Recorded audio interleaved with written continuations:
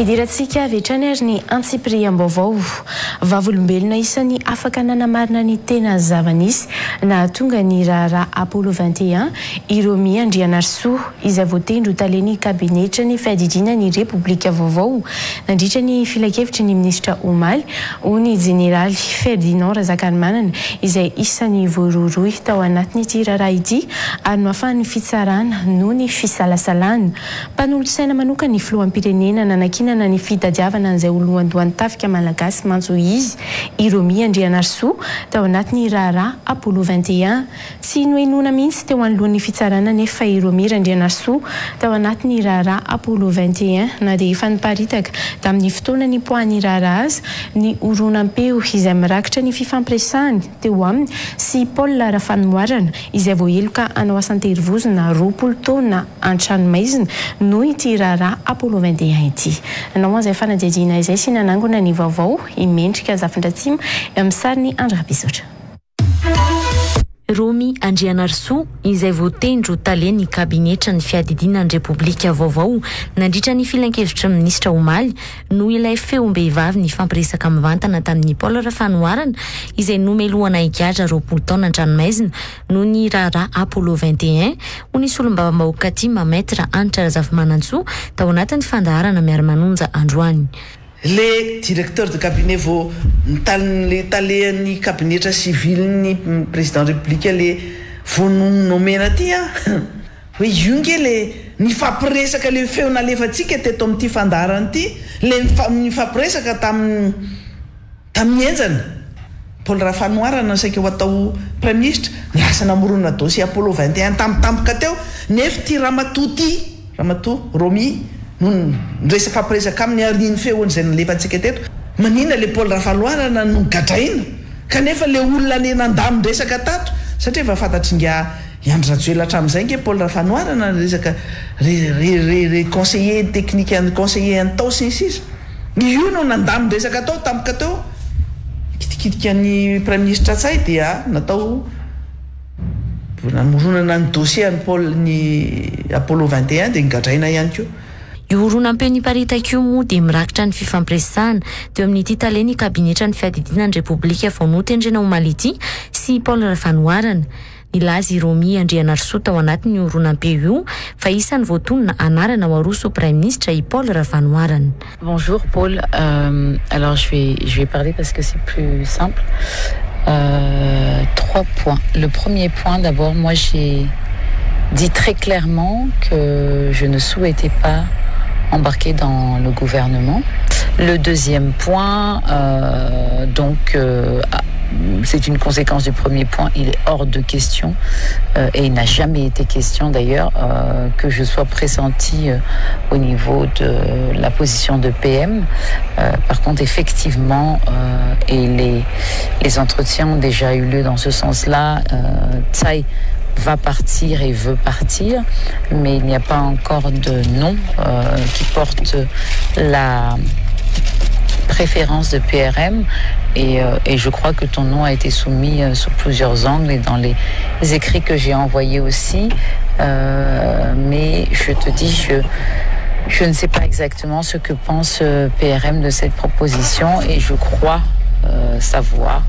que tant qu'on ne se défait pas de la mainmise de PB, ça sera lui qui imposera.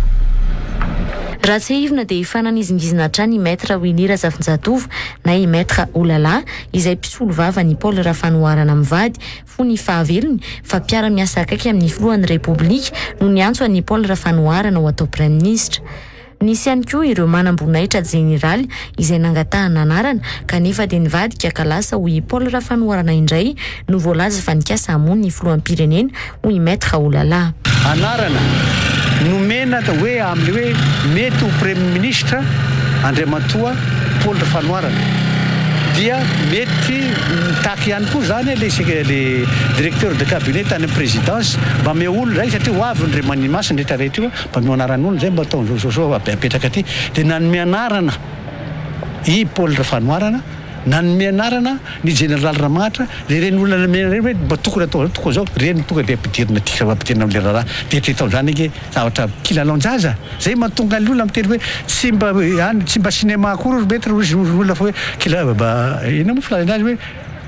iragasy misy zany hoe mamalahelo fa hoe tokony iragasy any olona zavatra tsara fa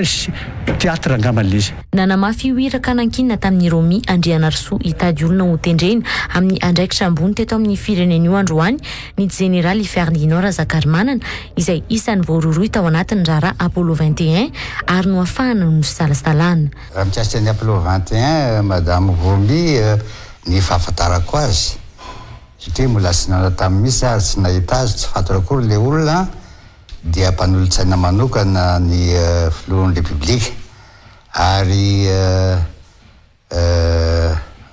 amin'izay mpanolontsana azy manokana zay no nangatahany ireo anaran'olona satria nangatahany filohan'ny République hoe mitadiava olona ho aperaka amin'ny toerana ao amin'ny lehibe ny Folanda raha ny tena marina zahako tsy niona taminy fa nisy kosa ireo général zay vaokasikasiky ny raharaha Apollo 21 no niona taminy natany Antaninarenina zany natany Antoerakafa. Isan'ireo vavolombelona nahalala ny tena marina tao anatin'ny Apollo 21 i Romi Andrianarsoa kanefa tsy nampanantsony fitsarana mihitsy ho ny général Ferdinand Razakarimanana. Izy tsy atao enquête fa karazana fahafantarako azy ary ho anahy manokana dia témoin à décharge izy ary tokony raha ny mandeha tsara ny fitsarana tsy maintsy tokony tonga teny amin'ny tribunal izy ny laza ny zava misy marina tamin'iny raharaha iny hoe izy marina ve ny nangataka le anaran'ireo olona ho tompony andraikitra amin'ny Folanda sa tsy izy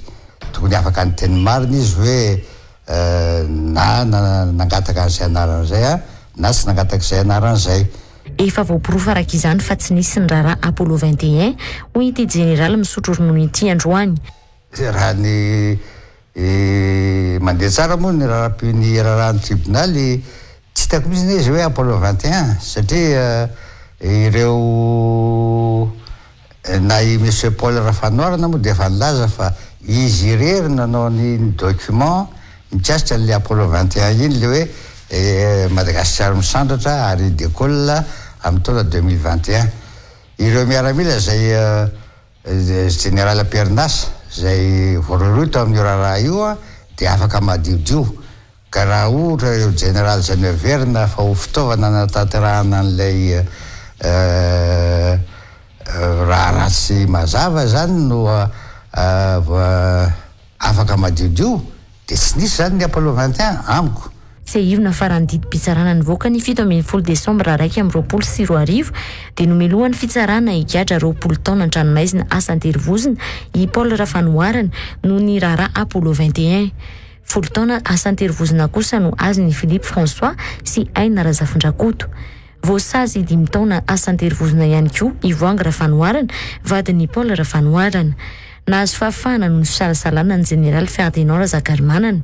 Afaka madiodio kosa ireo manam-boninahitra ambony hafa rehetra voaroroy tao anatin'ny raharaha Apollo 21.